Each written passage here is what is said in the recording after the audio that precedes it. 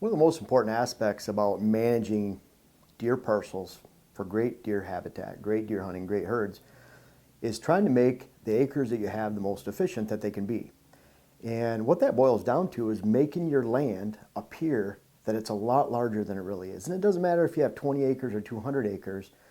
The point is that you're packing enough improvements, enough layers of improvement and habitat improvements on your land that the deer feel like, well, there's a lot to work with us on this land. We've all been through properties, probably even out on public land, national forest, mature timber that you can see 300 yards in one direction. Doesn't hold a lot of wildlife. And so what I've experienced, there's a lot of guys out there that have 20 or 40 acres that are actually almost out competing their neighbors that have 200 acres. You do that by a lot of different habitat improvements and a variety of habitat improvements. It starts with food, quality food sources, doe bedding areas next to that food, travel corridors to get to the doe beddings and the food sources, for bucks especially, mock scrapes, water holes, travel corridors that are chainsawed, hinged, that creates layers of screening. Deer can't see past it.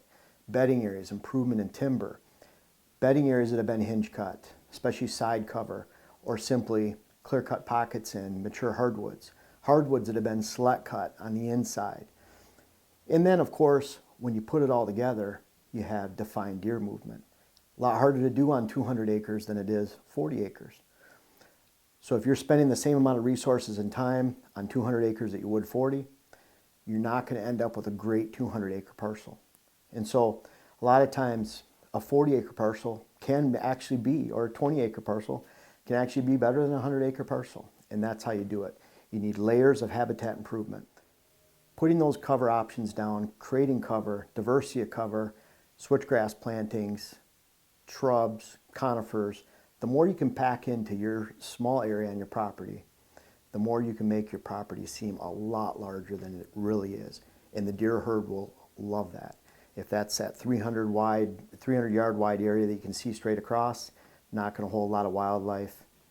On that 40 acre parcel, you can't see more than 20, 50 yards and there's some other type of improvement in there, you can hold a lot of wildlife. And don't be surprised if you're working on those deer hunting parcels that you actually end up with a lot of birds, small game, and other species that enjoy that type of diversity and packing a lot of habitat improvements into one small location.